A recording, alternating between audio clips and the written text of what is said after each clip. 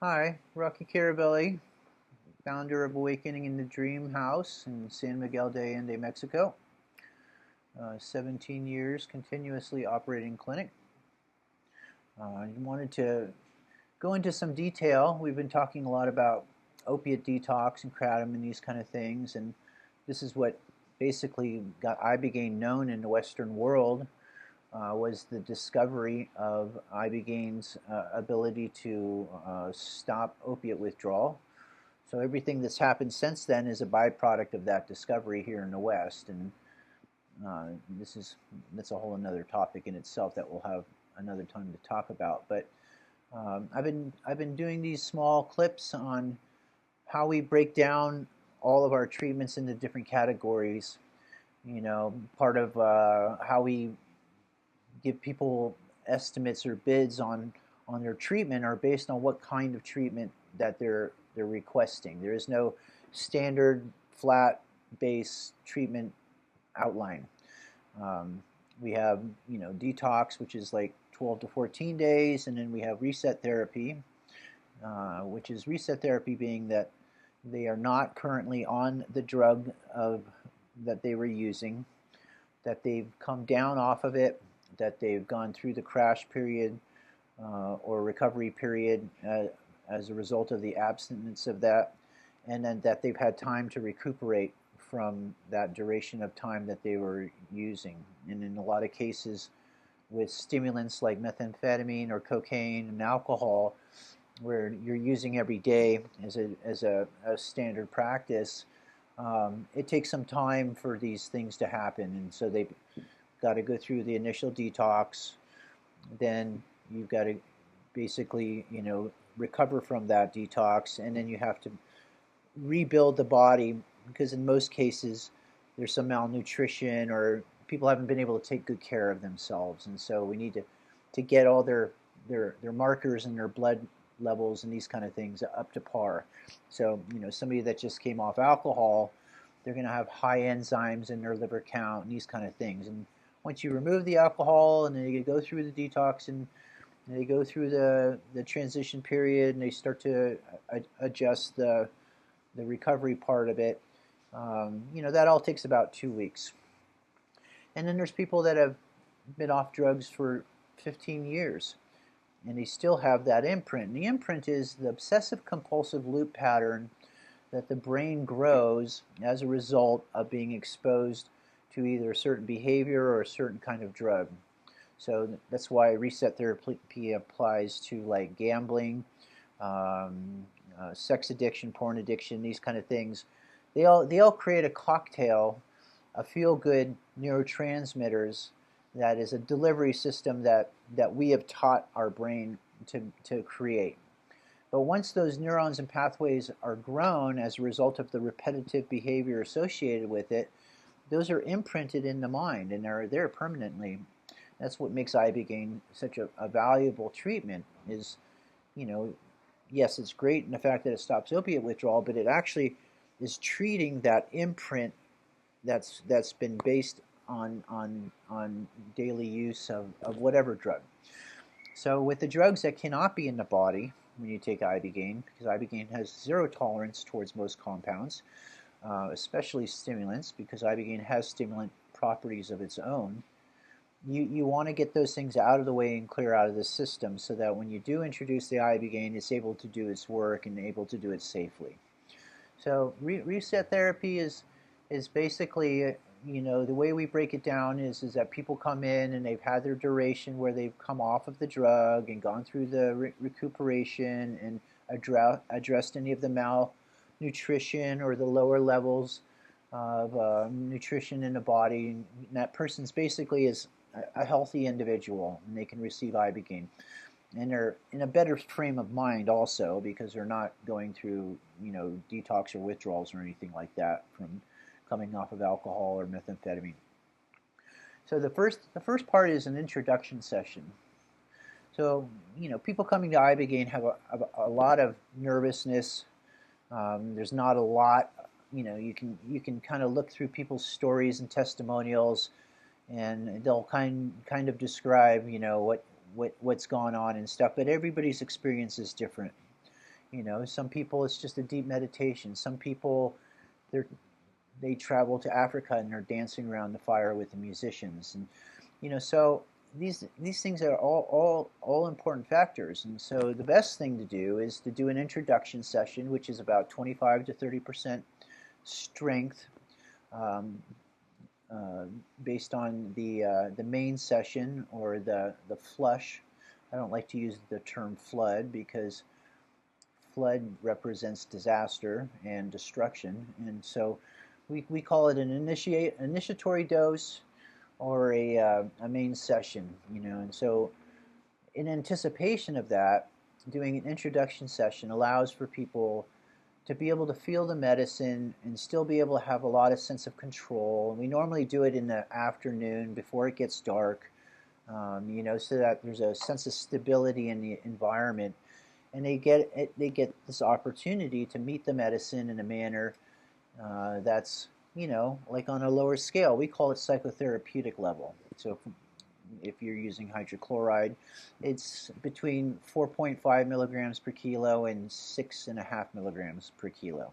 No, between 4 and 6.5. Claudio Naranjo is the first one to document this level of psychotherapeutic application of ibogaine for people that were non-addictive. He also experimented with mixing ibogaine with different compounds, and so we've learned that there is a margin of space and dosing where you can help somebody on day 3 coming out of a methamphetamine detox, because that day 3 off methamphetamine is the day you get the call, and you'll bolt, go get loaded, and so we have to bridge that, and so we'll do something like 4 milligrams per kilo, and it takes that craving away, allows the person to then go into the crash and then go into the recovery and then start to basically supplement themselves to a healthy state. So that introduction session has been very valuable, especially because it helps with people's fears. Now, fear burns energy. So our whole like philosophy is, how can we best help this person to conserve and build energy in the 3, 4, 5 days of preparation that we're going through prior to starting treatment, and fear is a big one. So, like with opiates, the fear of going into withdrawals and not being stabilized, those are like the key fears. With people coming in and never taking ibogaine, like, what is this stuff about? How is it going to affect me? What's it going to affect? Am I going to stay here? Am I going to know where I am? All these questions are basically answered. The answer to all those questions is you don't go anywhere. You're completely present. You know exactly where you are. Ibogaine is not a psychedelic. It's an onephrenic. One euphrenic, which means a dream creator, which means that for a period of time that the medicine's active in your body, your unconscious and subconscious are available while you're awake. Now, normally we would have access to those parts of our mind while we're sleeping, and that's what makes dreams, and that's how we work out a lot of stuff. But to have an awake state of mind and access to that same information and that backlog of memory is a very valuable opportunity. We want people to have as much time to work through things that have been the motivation for driving them into these pitfalls of addiction or obsessive compulsive behaviors, and wanting to get to the root of it, so to speak. And so we like people to have time with the medicine. We like people to be able to process things in a manner that they're comfortable with. And when I say process things, I'm specifically speaking about memory. And most memory and trauma that are affecting us negatively is charged in the actual body and cells. It's not just some memory feed that's imprinted in the mind. And anybody that has PTSD or panic attacks or whatever, they just come out of nowhere. It's not like you're choosing to create a mental state where you're activating that memory. It's like the memory gets triggered in the body, and then the body goes into a state of panic and anxiety. And so if we can discharge that energy from the cells, because the ibogaine is basically working on the whole body, and you can feel it physically in your body. It's one of the strange side effects of taking ibogaine is it's a very physical feeling experience. Like you physically feel it moving through your veins and through your cells, and it's vibrating all those cells. And in this process, it's loosening any trauma or anything that's been embedded in them. And in a lot of cases, they're like bubbles being released from the cells, and those bubbles will create an image. And you're seeing this image, this memory, from a position of a detached position. So you're seeing it from a different view, and there's not an emotional charge attached to it. And normally they're happening very, very fast. It's like a feed of information passing through you. So you can't really get attached to any one negative bubble and get emotionally drawn in, because very quickly after that another one's coming up. And so a lot of energy is being allowed to discharge. This is like the third aspect of what makes this a therapy. So you have this capacity to break the Nero network of delivery system of these mood stabilizing neurotransmitters. You're addressing the craving aspect of the drug or behavior, and that comes from the noribogaine, which is the other part of the treatment, is the noribogaine foundation. So there's the reset part, and then you have to do more than one session in order to achieve an accumulation of noribogaine of around 20 milligrams per kilogram, and that's normally more than somebody can take in one night. Opiate detox is different because the body acts more like a sponge, but like if somebody's, so to speak, not on any drugs or anything and take ibogaine, that's way too high of a dose to give anybody. They're just hanging on. Things are moving too fast. There's no real theme to the visions. It's like what we're wanting is to get people into the stream of consciousness so that they can dialogue with the medicine. So as ibogaine providers, our job is to create the space for somebody to do this work, to support them in preparation and post-treatment, and nutritionally, provide for them through diet and supplementation and hydration and electrolytes, to keep the body stable through all the different stages of treatment that people need to go through in order to achieve the outcome. The outcome being is that at the end of it, as the noribogaine starts to set up, which takes 72 hours from the time you took the ibogaine, it has to go through the liver twice before it becomes a bioavailable lipid that can be fat-solubly absorbed into the cells.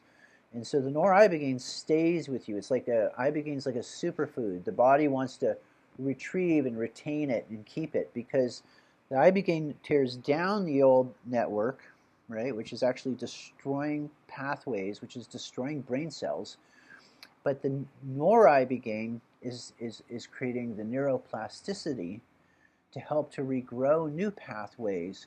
And so that first 12 to 24 days, especially the first month post treatment, is your fresh slate, where you get to really decide what things you want to bring back into your life, what things you want to keep out of your life, because you're in a state of neutrality. You're not craving, you're not in withdrawal, you're not being pulled or influenced by the drive of wanting to use or act out in a certain way. And so during this neutral period, which is normally around 2 months that it's its ripest, and there's nothing like the noribogaine glow. So that's what reset therapy basically is you're developing a noribogaine foundation that's going to support you for the next couple months coming out of the treatment, to basically implement new behaviors and new lifestyle and make changes in your life to keep you going in the right direction. And then also the reset on the Nero pathways and the imprint of the exposure to these behaviors or compounds. And so reset therapy is becoming more and more popular. It used to be about 75% of people came down to take ibogaine for opiate dependency, and now it's more down to like 30%. and 60% are coming for more like reset therapy because they either don't want to get into the fentanyl game, which is a really harsh, brutal game. They're either going to ketamine or they're trying to stay on stimulants or they're alcohol or whatever. So they're reaching out for these other compounds because they want to stay away from the more dangerous fentanyl that's completely unregulated and contaminated and has multiple compounds in it that we don't even know. So I hope that's a clear description of reset therapy and the benefits of what the point of doing it is. If somebody's like, well, if I'm off drugs, why would I want to take ibogaine? And the reason being is that you still have the imprint and you've never had the opportunity to discharge memory in a manner so that there's new space in the body. There's new space in the memory aspect of us being able to take in new stuff. So if we're carrying around all this old stuff, how are we supposed to add anything to it? And that's why, talk therapy and these kind of things are a great maintenance post-treatment because you're going from like, well, what happened in the last week or two, and you can keep up with it. But how are you supposed to ever go back in your life and really have an opportunity to discharge and address all these moments that have happened, and eventually they're just a collective of energy. There's no like one specific incident. I mean, in some cases, people have some very impactful moments in their life that changed their life, but most of our trauma is accumulative over our lifetime. And so once that accumulation has been discharged to some extent, there's all this new space inside. There's a feeling of being light. There's people's faces change. The lines in their faces go away. I mean, I've brought people out of bed many times and said, look at yourself. You took medicine last night. Look at yourself. You're 10 years younger.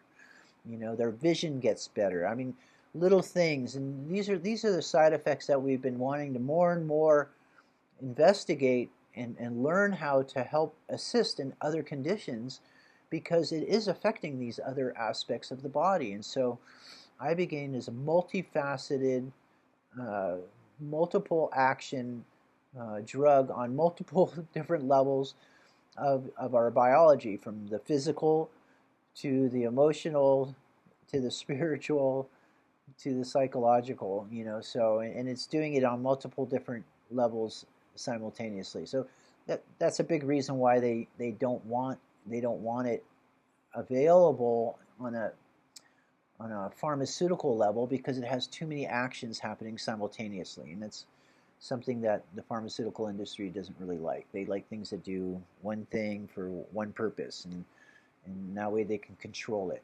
And unfortunately, ibogaine is not going to be able to be put into a box and create a cookie cutter protocol for everyone that's going to be able to be effective and have the same kind of effects. I know that people have been trying to do this for decades now, and what happens is about 25% of the people really don't get what they're needing. They're either not getting enough medicine or they got too much medicine, and it's almost like a traumatizing experience, because ibogaine can be a traumatizing experience if it's not supported properly, if they weren't prepared properly, all these kind of things. And so we're trying to do 100% good work and be able to administer to that individual for what their needs are based on what their history is and what it is that they're trying to achieve. And the end aspect of it is by the time they're getting ready to go home, we can have a conversation that is like, now that you don't have cravings, now that you've been detoxed, now that you have no pull from whatever behavior, and a lot of behaviors are linked together with addiction, especially with methamphetamine and sex addiction. Do you want to participate in this way of life anymore? And they can make a decision with a free mind whether they want to or not. And that's all ibogaine is really offering, is a choice. It's offering the opportunity, when it's administered properly, to have a period of time where they can make a choice on how they want to live. And to create that opportunity is invaluable, especially if somebody's been unhappy using or behaving in a certain way for years. I won't even go into details, but to be given the opportunity to step out of that and to find a whole new way of living and learning life. With sex addiction and stuff like that, when you take ibogaine, if that's what the intent was for, what it means is that sexuality has to include intimacy. And for a lot of people, that just was never developed. And if you're all of a sudden a mature adult and all your life you've only experienced sexuality in a physical manner of expression, all of a sudden the rules will have changed after taking ibogaine, and it means that you're going to have intimate relationships. You're going to have to be able to let people in, and if you've had a lot of trauma in your past, that's a really difficult bridge to cross, because based on the past, that's not a safe thing to do, is to let people into your life or to let people into your heart, because they're going to harm you or it's going to hurt later.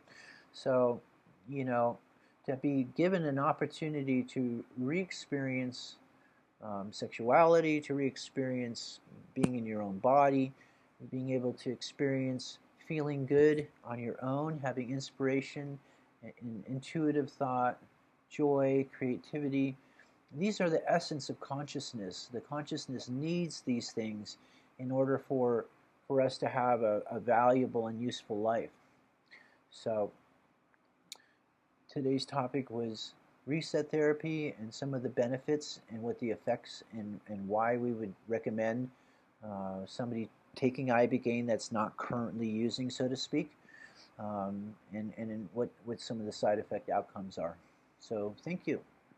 And again, Rocky from awakeninginthe.dream.com, San Miguel de Allende, Mexico.